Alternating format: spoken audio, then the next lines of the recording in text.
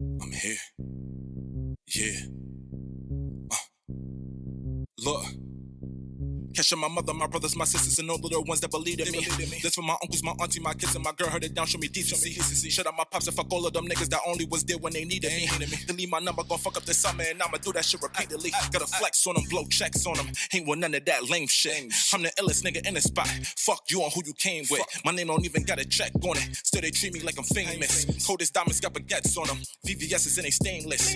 I was hopping out a bench truck. Niggas eyeing so the tents up. Niggas had to put a fence up. Think I'm lying, but we been up. 20,000 in my bank account. We don't count. So, Juan, tell the people who you are. My name is Juan Miranda. I'm a jack of all trades. When referring to right and wrong, I often hear people now say, it's 2019. So do you believe that right and wrong changes with the time? Right and wrong, to me, is subjective to the individual's desires. Right and wrong may not be the same thing for both of us. Okay, explain. So, I've come to understand there's a lot of things that I find I'm using that may be wrong. I don't want to extend that information, but at the same time, everybody has that. But we have natural instincts and natural desires that may be perceived by other people, may it be by culture, may it be by race, anything that makes you different may cause your perception of right or wrong to be different than the next person. There is no such thing as right or wrong. That was going to be my next question, actually. Yeah. Is there a such thing as right and wrong? No. So there's no such thing as right and wrong? No. So if there's no such thing as right and wrong, could child molestation be right? Ooh, man. Can child molestation be right? I frown upon it. That's not something I believe is a good thing. Me coming as a parent or even as a man that views intellectual relationships comfortable, and I don't think we could really have a relationship with a child and be at the same pace. Other countries, though, find that okay and it's legal. I'm not asking about what other people. But what I view? Oh no, I view that as completely something I frown upon. But that's my personal. So when you frown upon it, it's not wrong. It's my personal. It's my personal disregard of it. Like I don't want no parts of that. I don't like that. Okay. So, do you find that you have children? Yes. Correct. Yes. Do you have any daughters? Four. Okay. So when you bring that up, I'm like automatically envision one of them being in a situation where it's like, yeah. Is it just frowned upon once she's your daughter? Oh no, it's me going to react to it. Why are you reacting though? It's not wrong. It's wrong for me. It's wrong for me, but it's also not. No, it may not be wrong for you, but it's definitely wrong for me. So at what point, where does the line get drawn? Because if it's not wrong for the person who's doing it, but it's wrong for you, then your response, does that become a wrong response? It becomes a response with a consequence. Okay. So every action has a reaction. Absolutely. It may not be wrong to you, but it causes a reaction. It's a disrespecting. So if you dislike something and I knowingly do what you dislike, you would have a reaction towards it. But I mean, everybody, you don't know everybody in the world, right? Uh-huh. So we interact with people on a regular basis, every day, all day, especially if we live in New York. Mm-hmm. We in New York City, we come into contact with hundreds of people a day. We don't know what they like or dislike, but we know that there's a foundation of understanding of what is right and what is wrong. But once you start saying there's no such thing as right and wrong, what do you base anything upon? What do you base your actions on? On what you view, on your point of view. So there is a groundwork of what's right, what's taught to us from scratch. You're not supposed to do this. But everything you're taught is not actually right and wrong. Exactly. I'm a spiritual being, mm-hmm. right? So I deal very spiritually. I know I have grandkids. Yes, I do. I have grandkids. Watch your mouth. I have grandkids. And my grandkid, my youngest granddaughter, she's 2 years old. She knows spiritually, without us having to tell her something, mm-hmm. you automatically, you're born with a connection to a higher power. Mm-hmm. Now, some people can disagree with that. Everybody has their own understanding. My understanding is that we are connected to a higher power, and that higher power has given us everything we need to understand what life is and is not. Agreed. As a child, you know, you have feelings when something is not right and when something is right. So if that is the case, then how can we get to adulthood and decide that there's no such thing as right and wrong? Say, for example, now, as a child, you have these feelings. Depending on who is raising you. I'm not talking about once people start Influencing. rewiring. Yeah, I'm talking about natural responses. And you're asking what happens as an adult that makes us go back to that system? No.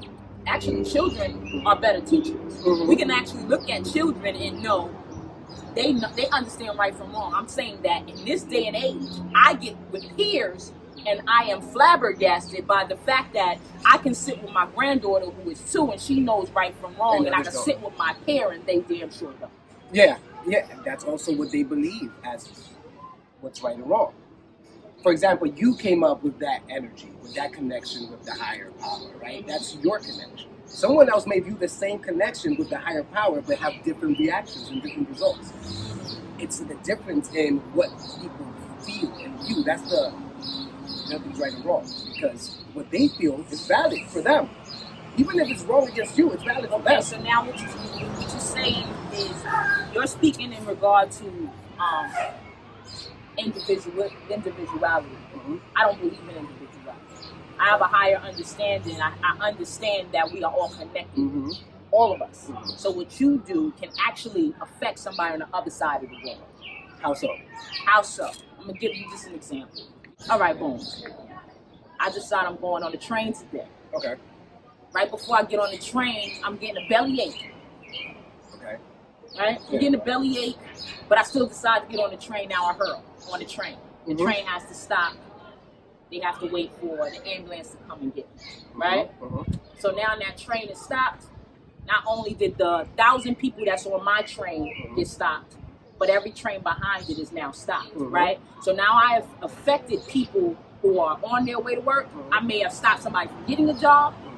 I may have actually saved somebody's life, for somebody who was going to be on that corner that car was going to hit them on, right? I've stopped somebody who's trying to get to the airport to meet their family who's on the other side of the world, right? And now their family may be in the airport waiting for them stuck, and now is another ripple effect, because whoever they were supposed to be with or wherever they were supposed to be at is now affected. We are all connected. Every last one of us are connected, whether we know each other or not. So there's no such thing as individuality, which means we all need an understanding of what is a specific structure, a specific foundation in order for us to move this train the way it needs to be moved, like a well-oiled machine. Would that really even happen? There wouldn't be Can any it? difference. Absolutely, it can happen. But will it, as long as people don't believe that it's possible? No. You know, I have a grocery store. My partner is Muslim, and he says that we are born with fitra. Fitra being the natural laws, and after that is what the world starts trying to have its influence in and develop something conflicting. So I get that. Yes, I guess what I was referring to, right or wrong, it's completely different from the fitra aspect, with the natural instincts you're feeling. The right and wrong. It's more decision making. What people do that's wrong. Like, for example, I have 6 kids. I have 4 kids' mothers. People look at me like, yo, my man, you're completely wrong. You know? Well, when you start talking about tradition versus right and wrong, that's a different situation. Yeah, that's well, right. Tradition, I'm not big on tradition. Right or wrong would come into play with your situation in regard to not whether you have multiple baby moms. It comes into play on whether you're taking care of the responsibility that you brought into this world. That's where right and wrong comes in. It has nothing to do with the amount of individuals you decided to partake in, lovemaking. Usually, or, the reaction. Yeah, usually the had to fix that. I'm like, it might not have been love. Now, usually the reaction automatically once you disclose that information for myself, it's never you take care of your kids. It's more like, dude. No, I get that. Yeah. I mean, we're dealing in a world where people have opinions, and that's fine. Opinions are opinions. We all have them. Yeah. However, when we're talking about facts, opinions, like these are all different things. Tradition, that's all different things. Like I don't sign on to tradition. Gotcha. There is a right or wrong with that aspect. In the sense of your initial feelings to things. You know, when as a child, you know what feels good and what doesn't. You know what's going to hurt you and what will not. I mean, even though it's, you know, when you're early, you don't know, but as you 1 or 2 years old, you start noticing. These are things that I don't like. No matter what people tell you, these are things I'm not comfortable with. You'll cry, you let some people know exactly how you feel about them. Yeah, I agree with that. It makes sense.